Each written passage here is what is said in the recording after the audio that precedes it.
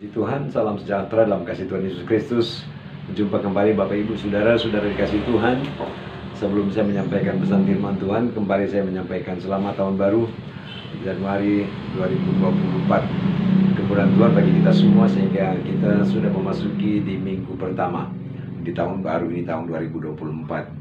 Puji Tuhan, Bapak Ibu Saudara segala harapan, kita tetap menaruh percaya kepada Tuhan yang menjadikan sumber pertolongan dalam hidup sepanjang tahun-tahun ke depan ini. Puji Tuhan, saudara-saudara, dan saya rindu untuk menyampaikan pesan firman Tuhan bagi Bapak Ibu dimanapun saudara-saudara sekalian berada. Dan mari sama-sama kita berdoa saya akan membaca firman Tuhan. Sama-sama kita berdoa. Bapa di surga, kami naikkan pujian dan syukur kepadamu untuk kesempatan ini.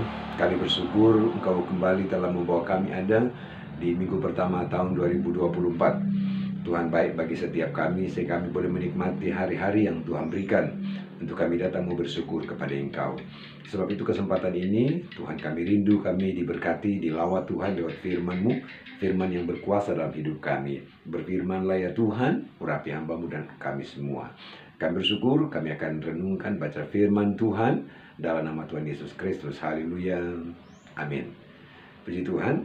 Ibu bapak sekalian, saya akan membaca firman Tuhan dalam kitab Yesaya pasalnya yang ke-43, ayatnya yang ke-18 dan ayat yang ke-19. Yesaya pasal 43 ayat 18 dan ayat 19 berkata demikian. Firman-Nya, janganlah ingat-ingat hal-hal yang dahulu, dan janganlah perhatikan hal-hal yang dari zaman purbakala. Ayat 19, lihat aku hendak membuat sesuatu yang baru, yang sekarang sudah tumbuh, belumkah kamu mengetahuinya?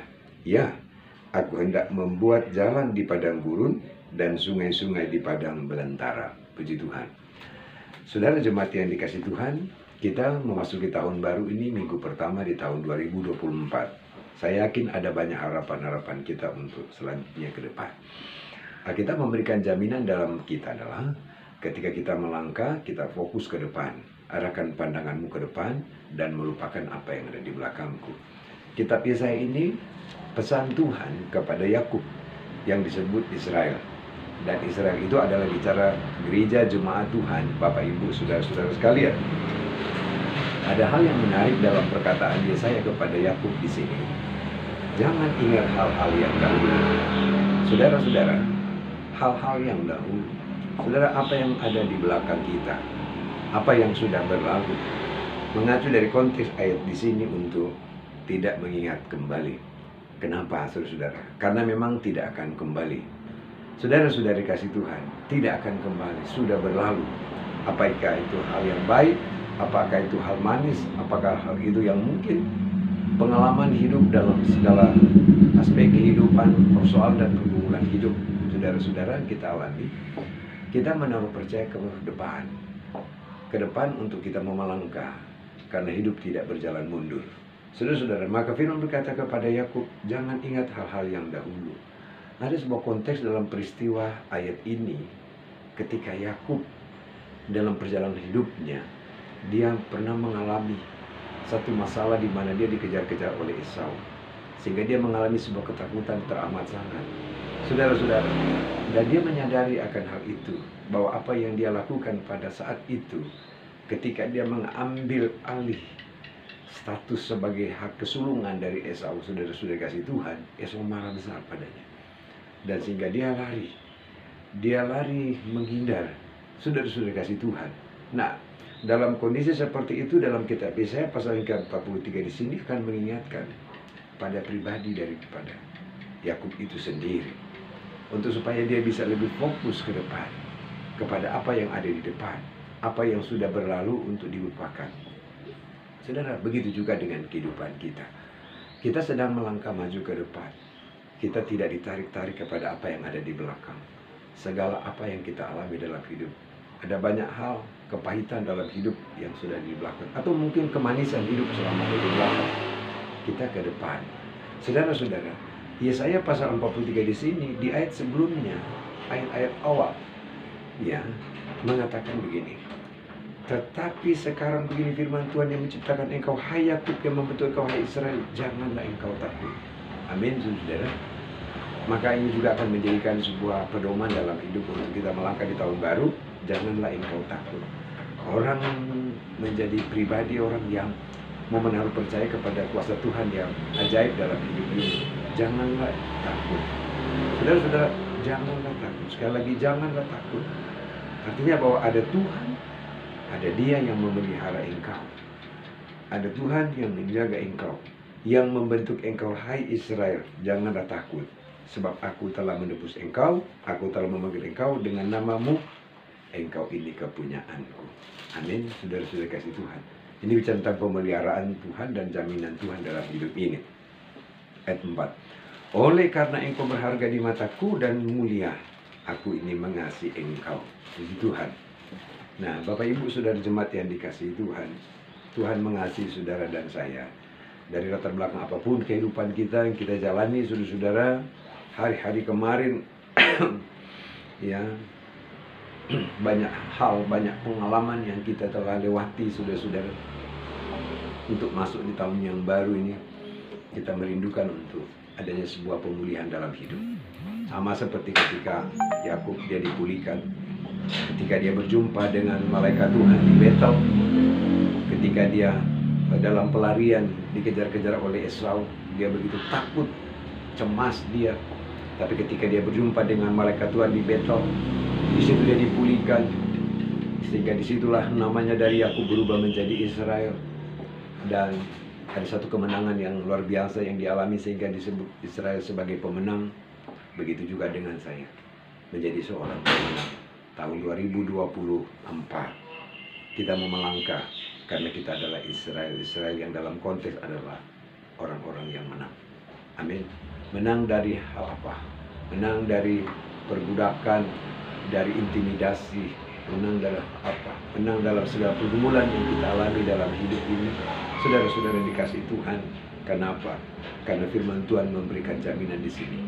Karena kita berharga di mata Tuhan. Bapak Ibu berharga di mata Tuhan. Amin, saudara. Ketika perjumpaan antara Yakub dan malaikat Tuhan, ada suatu perubahan yang terjadi dalam hidupnya. Tidak hanya perubahan secara nama saja, tetapi perubahan total di dalam sikap dan perilaku hidupnya. Saudara-saudara dikasih Tuhan, sehingga Tuhan membuat sesuatu yang baru. Sekali lagi, Tuhan membuat sesuatu yang baru. Nah, Ibu Bapak sekalian, begitu juga dengan kita.